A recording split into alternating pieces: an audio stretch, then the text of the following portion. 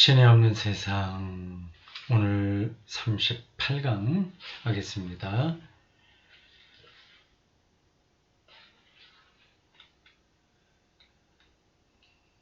지금 우리가 보고 있는 대목이 에필로그입니다. 안셀럼 그린이라고 하는 사람이 미지의 신, 알려지지 않은 신, 이 대목은 바울이 아테네에서 행한 전도설교에서 나온 단어입니다. 개념이죠. 알지 못하는 신에게라고 하는 이름이 붙은 그 재단, 그런 말로부터 아테네 철학자들과 이 대화를 했어요. 주로 이제 바울의 일방적인 전도설교입니다. 이제 그게 이 그린에 의하면 무신론자들과 우리가 대화할 수 있는 촉매가 된다. 그걸 앞에서 쭉 우리가 읽었습니다. 이제 거기에서 나오는 중요한 주제 몇 가지를 다룬다고 했어요.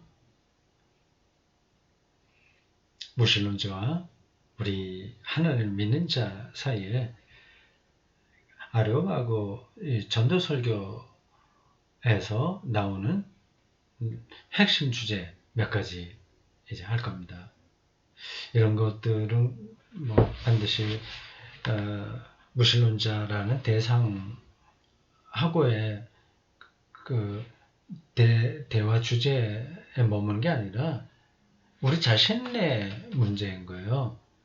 우리 하나님을 믿는 사람 안에 이미 무신론이 자리하고 있습니다. 그 무신론적인 그 시각이 없는 신앙은 건강하지 못한 겁니다. 그거는 일방적인 교리에 떨어지거나 진리를 탐색하지 않고 열광주의에 떨어진 거죠. 우리 안에 이미 무신론적인 요소들이 있으니 이러한 주제를 통해서 우리 신앙이 한 단계 더 앞으로 나아갈 수 있습니다. 왜 우리 믿는 자들에게 무신론적인 요소들이 꼭 있어야 되냐 하는 질문이 가능합니다. 그건 앞에서 다 얘기했어요. 근데 혹시 그게 어떤 건지 전혀 감을 잡지 못하는 분이 있을까 해서 한마디만 들으면 이렇습니다. 하나님을 아무리 잘 믿는다고 하더라도 그걸 깊이 안다고 하더라도 이 세상이 이렇게 불이하게 돌아가는 걸 보면 하나님이 계신가요? 아니, 하나님이 계시다고 하더라도 하나님이 정말 전능하신 분 맞아? 사랑의 존재가 맞아? 그런데 이렇게 말도 되지 않은 일들이 세상에 벌어진단 말이야. 그런 질문을 할 수 있는 거거든요. 이게 이제 무신론적인 요소입니다. 그러니까 이러한 글들이 꼭 그 명시적으로 무신론자라고 한 사람들과의 대화를 위해서만이 아니라 우리 스스로의 신앙 성숙을 위해서 중요한 문제다 생각하시면 되겠습니다. 227쪽부터 시작합니다. 종교의 오용, 이 제목이 붙었네요.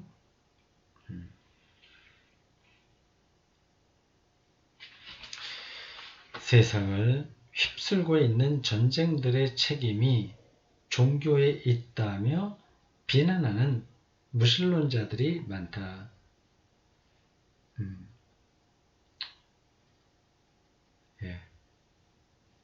21세기 초에 많이 나왔죠. 그 악명 높은 그 사람 누구예요? 이름 또 생각이 안 나네. 여기 아마 나올 겁니다. 나오겠죠? 아니면 안 나올지도 모릅니다. 앞에서 한두 번은 거론된 사람이에요. 근데 잠깐만 제가 그 이름을 까먹을까요? 이거 지금 뭐 찾을 수가 없어요. 많이 나온 게 아니라 지나가듯이 한번 나왔으니까 지금 여기서 찾을 수는 없습니다. 리차드 도킨스인가? 네. 그 비슷한 이름입니다. 도킨스. 그들은 종교가 세상에 불화와 갈등을 불러온다고 탓한다. 이런 비난은 역사적으로 볼 때 물론 타당하다. 그런 일들이 많이 벌어졌죠. 근데 뭐 실제적으로 보면 종교를 표방하면서 실제로는 정치적인 목적으로 그런 일들을 한 겁니다. 유감스럽게도 과거에는 종교 전쟁이 많이 있었다. 그리고 지금도 우리는 예컨대 알라의 이름으로 사람들을 살해하고 테러를 가리키겠죠. 휴머니즘의 기준을 죄다 무시하는 테러리즘에 방치되어 있다고 생각한다. 근데 뭐 이런 과격한 무슬림 집단만 그런 게 아니라 미국 같은 나라는 대놓고 폭력을 행사했으니까요. 이 무슬림의 테러보다 미국의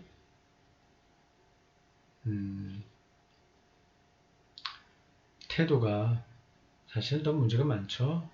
이라크 전쟁 때 얼마나 많은 사람들이 희생당했습니까? 월남 전쟁 등등등등. 예. 그래서 종교의 오용에 대항하여 함께 싸우는 것이 우리의 과제다. 예. 종교가 잘못 사용될 땐 그건 우리가 거부해야 된다.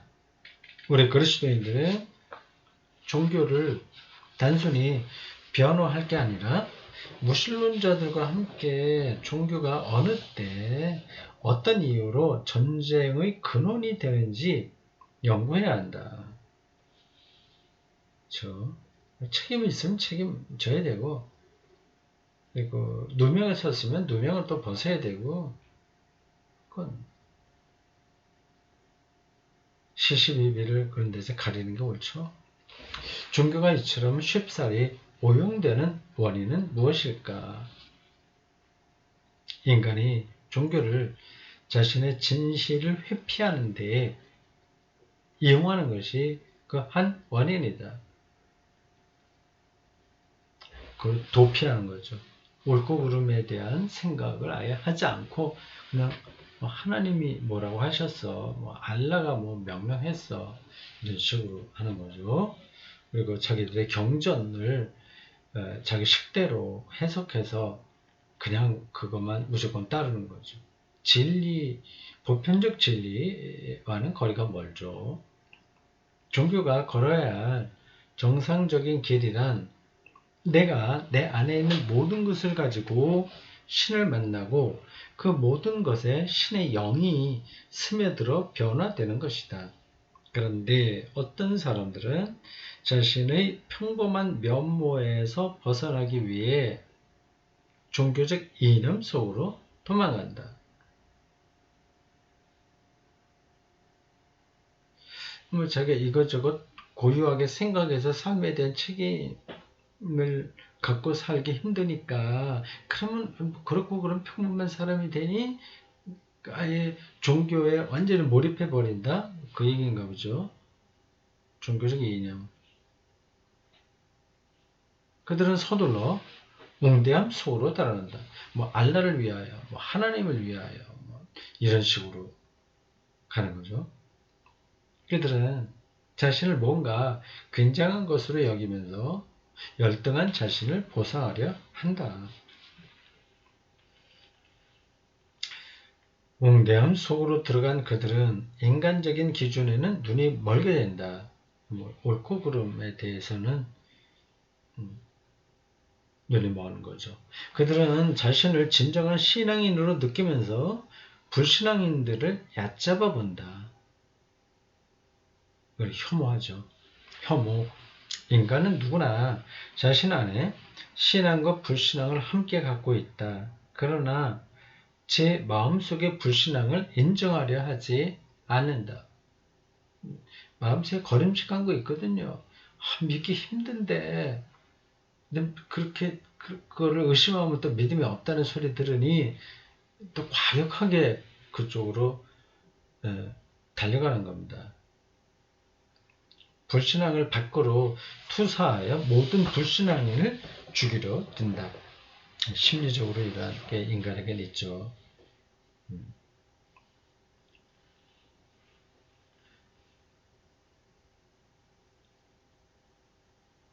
자기의 약점을 상대방에게서 확인해서 더 과할 정도로 공격하는 거죠. 적당한 예인지 모르겠는데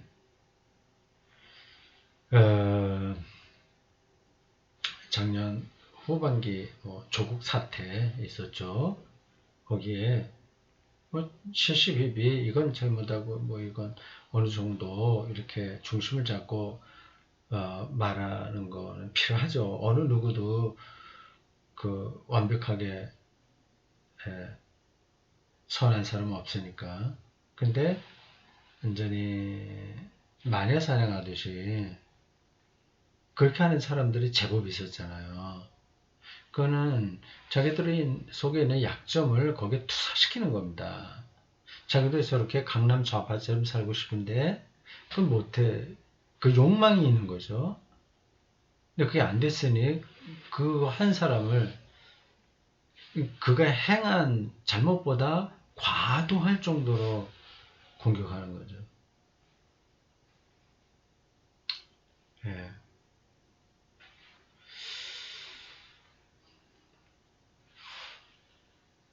그들은 타인 위에 서기 위해 종교를 악용한다.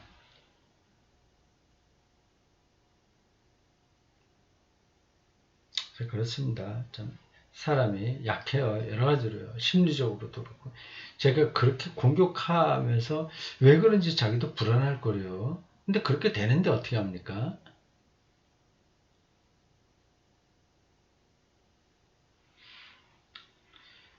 칼 융이라면 칼 구스타프죠. CGE 이니셜에 붙어있는데 칼 구스타프 융이라면 그들이 자신을 원형적 상징과 동일시한다고 말할 것이다.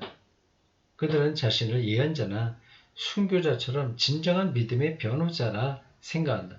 그런 식으로 그들은 원형적 상징 하에서 행사하는 자신의 권력욕을 인식하지 못한다.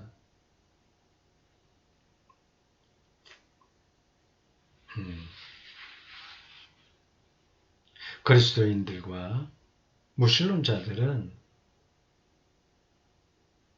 이처럼 잘못된 형태의 믿음을 함께 극복해야 한다. 이 투쟁에서 둘 다에게 도움이 되는 것은 이성이다.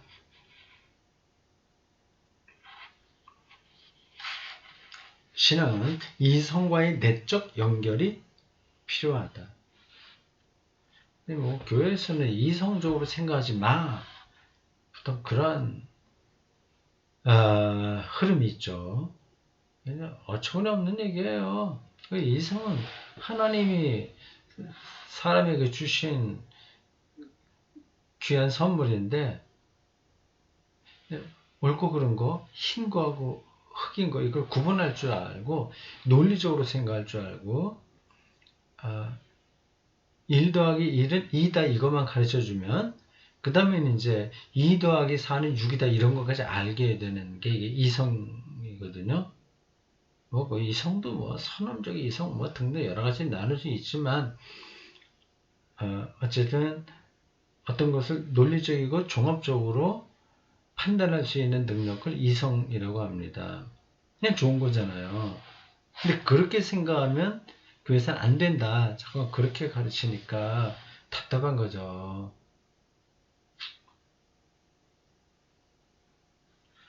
네, 그렇게 이성적으로 생각하면 교회 안에 있는 비이성적인 요소들이 공격받을까봐 두려워하는 겁니다. 근데 그거는 하나만 알고 둘을 모르는 거예요. 교회 안에 비이성적인 요소는 없습니다. 뭐 신비적인 요소는 있죠. 신비가 비이성적인 건 아닙니다.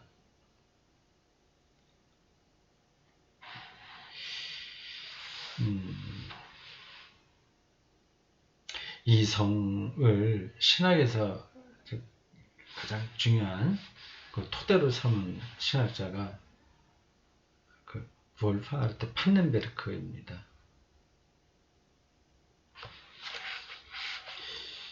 신앙은 이성과의 내적 연결이 필요하다. 절대화되고 이성을 멸시한다면, 절대화된다는 것은 질문을 받아들이지 않는 거죠. 신앙은 쉽사리 전제주의적이고 맹목적으로 된다. 그렇죠. 좀 이제 큰 교회, 대중적인 교회들은 거의 맹목적으로 신앙생활 하는 사람들이 모입니다. 다는 안 그런데 전반적으로는 그렇습니다. 아예 그 이성적인 판단은 접어두고 해요. 그러니까 그렇게 대형 교회가 가능하죠. 그런 사람들을 끌어가려니 거기에 지도자, 목사들 좀 피곤할 겁니다. 사람들은 피곤한 이유는 그들의 맹목적 지지를 자기 한 몸에 받고 있으니까 부담이 되는 거죠.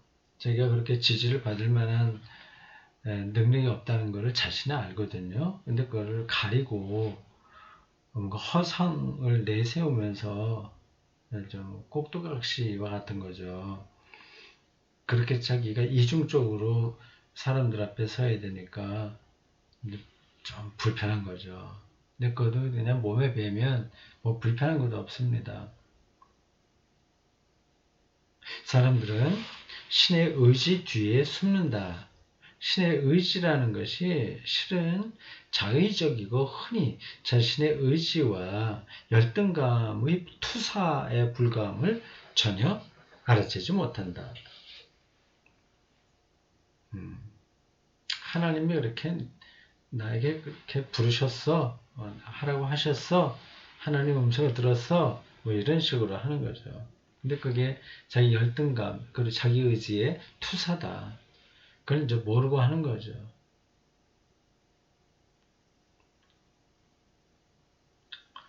뭐,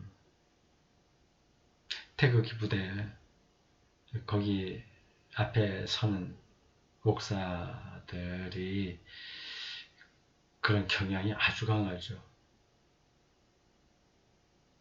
막 나가는, 뭐, 좀 정도의 차이가 있습니다만, 우리가 대표적으로 알고 있는 전 모모 훈 목사 이런 사람들은 그렇습니다.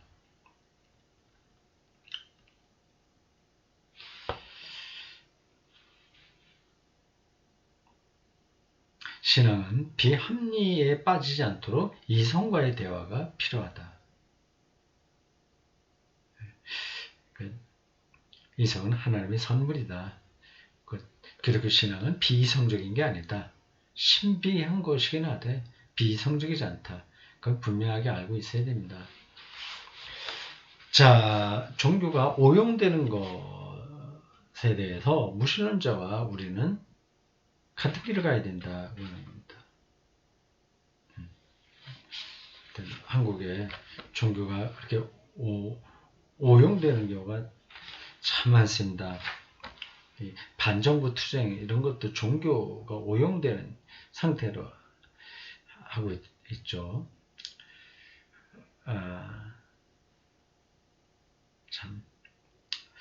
이건 잠깐 얘기하고 싶지 않습니다. 문제가 심각하긴 한데 우리 그러니까 거기에 대해서 이러쿵저러쿵 얘기할 만큼 그 가치도 없어서 지나갑니다. 자, 두 번째 주제 신개념입니다. 신앙인과 무신론자가 신에 관해 대화를 나눌 때는 신은 존재하는가 아닌가 라는 질문에 집착하면 안 된다. 이 질문에는 특정한 신 개념이 이미 전제되어 있다. 맞아요. 신이 없다 이렇게 하는 사람들의 머릿속에도 이미 신은 어떻다 하는 게 돼 있는 거예요. 뭐 옥황상제처럼 뭐 무소불위로 자기 마음대로 하고 뭐 그런 식으로의 어떤 산신령과 같은 실체론적 형이상학으로 각인된 신 표상 그게 있는 겁니다. 그러면 이제 아무리 대화를 해도 이건 해결이 안 되죠. 여기에서 말하자면 신은 이미 존재하는 어떤 것, 즉 존재자이다. 그러나 신학은 신이 존재자가 아니라 모든 것의 근간을 이루는 존재라고 한다. 엔스가 아니라 에세. 아시겠죠? 네. 무슨 뜻인지요? 전달이 됐죠? 이 세계에 여러 가지 존재하는 것들 중에 하나, 절대적인 힘으로서 하나 있는 게 아니라 모든 존재하는 것들의 토대라는 겁니다. 그러니까 그 하나님은 어떤 분이다, 존재한다, 아니다 이렇게 말할 수가 없는 거죠. 설명이 표현이 적당한가요? 오히려 대화는 다음과 같은 질문을 주제로 삼아야 된다. 나는 세계를 어떻게 이해하는가? 나는 인간을 어떻게 이해하는가? 세계는 순전히 과학적으로 설명될 수 있는가? 그게 아니면 나는 내가 건드리는 모든 것, 내가 숙고하는 모든 것에서 나를 넘어서는 신비와 마주칠까? 이런 질문으로 대화를 해야 된다는 거죠. 우리 그리스도인들은 이 신비를 칼 라너의 말을 빌리면 하나님이라고 부른다. 맞는 얘기예요. 무신론자들은 그것을 미해결로 남겨둔다. 그 신비를 그거는 다 무신론자든지 하나님 믿는 사람들인지 그건 이성적으로 생각하면 그건 인정하는 거예요. 근데 우리는 그걸 하나님이라고 이렇게 부르는 거고 무신론자들은 우리는 몰라. 미해결로 두는 거죠. 근데 그 같이 도달하는 그 근거, 근원, 신비라고 말할 수밖에 없는 그 어떤 것, 그거는 같이 볼 수 있는 겁니다. 그러니까 동의합니다. 또 다른 담론은 신은 인격인가? 라는 질문입니다. 이게 사실 가장 핵심적이긴 한 겁니다. 무신론자와의 대화에서 뛰어넘기 힘든 경계이기도 합니다. 무신론자들은 그것을 즉각 거부할 것이다. 그렇죠. 그들에게도 인격이라고 하는 게 이미 전제되어 있는 거예요. 어떠하다고 하는 게. 근데 그게 아니거든요. 우리가 하나님 인격자라고 부르는, 인격적인 하나님이라고 하는 거는 그러한 일반적으로 알고 있는 그런 인격 관계는 아니거든요.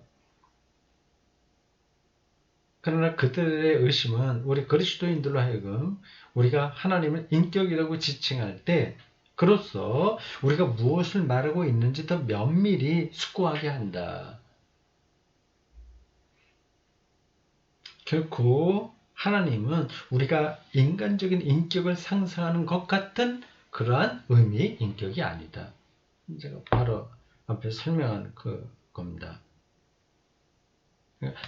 예수님이 하나님을 아버지라고 불렀다고 해서 뭐 이렇게 대화하듯이 뭐 해줘요, 아니에요, 이런 식으로 인격적인 관계를 가리키는 게 아닙니다. 그건 뭐 다른 때도 얘기했으니까 넘어갑니다.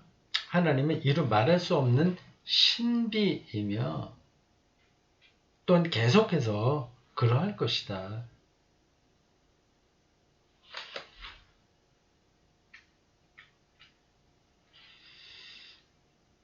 그렇지만 성경 말씀은 이 신비로부터 나와서 우리와 만난다.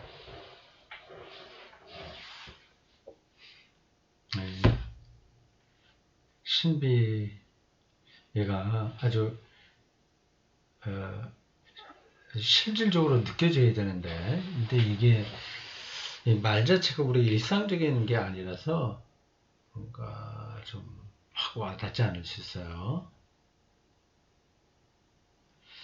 그 매화가 겨울철에 매화 가지가 고대 조그맣게 있다가 그 꽃 봉오리가 봄이 돼서 이렇게 펼쳐지는 것, 여기서도 신비를 경험하게 됩니다.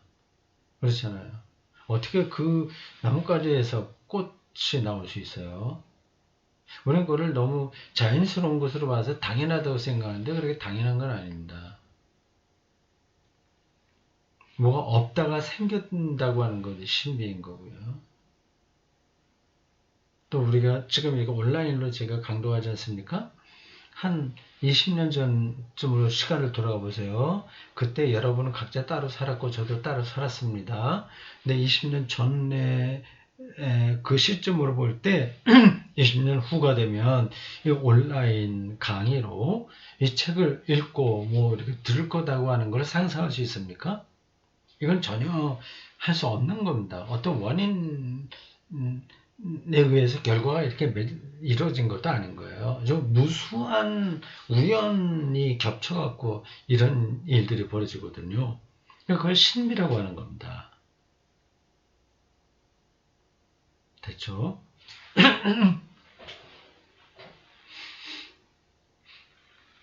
성경 말씀은 물론 인간에 의해 쓰였다.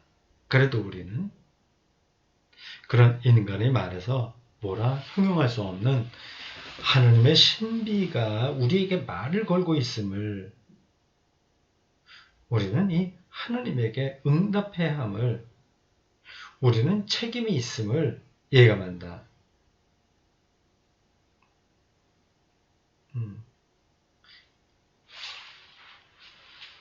네. 오늘 설교 에스겔 37장에 나와 있는 마른 뼈 이야기에서도 우리가 말을 거는 걸 느껴요. 여호와의 권능, 여호와의 손, 주의 손이 우리에게 임했다. 그런 거를 쓰는 이 에스겔의 마음, 영혼이 그 영혼 속에 어떤 울림이 있었을까? 그 절대자의 품에 내가 안겼다는 이 놀라운 안식, 그거 아니겠습니까? 그게 이제 성경 문자가 나에게 말을 거는 거죠.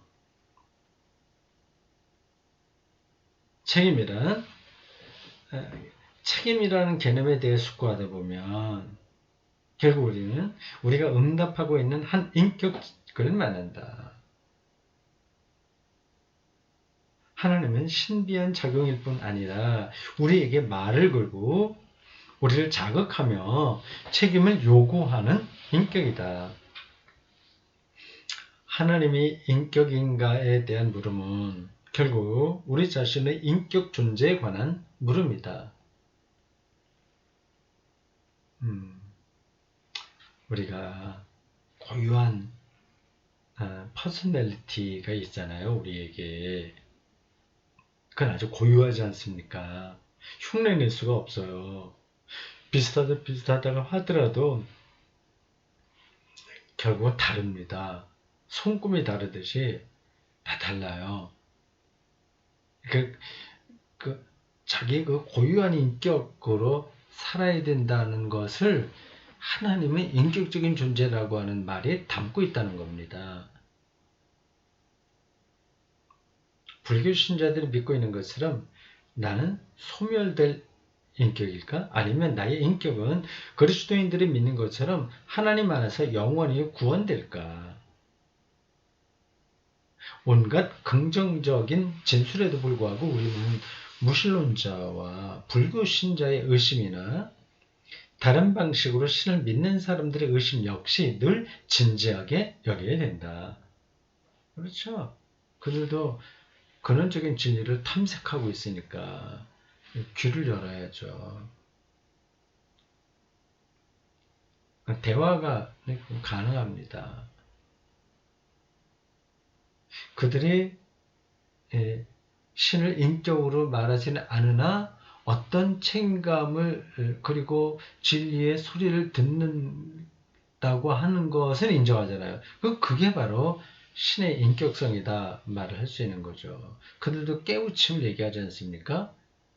어떤 돈 오후의 경험들이 있잖아요. 근원으로부터 어떤 소리를 듣는 거란 말입니다. 그럼 그들이 듣는 것은 그게 바로 하나님의 계시야. 하나님의 말걸음이야. 이렇게 말할 수 있잖아요. 설명할 수 있는 거잖아요.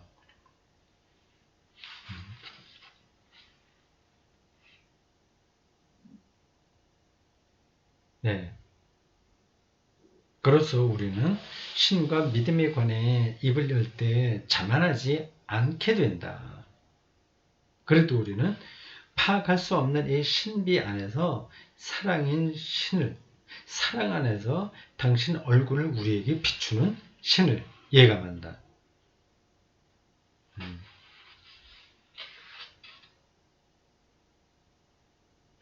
이런 것 같습니다. 궁극적인 존재의 신비, 그걸 우리는 하나님이라는 이름으로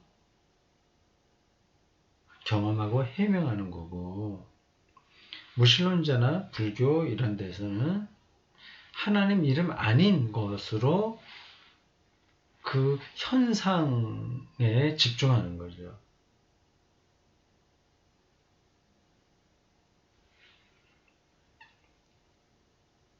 그러니까 대화가 가능한 겁니다. 자, 오늘 여기까지 하겠습니다.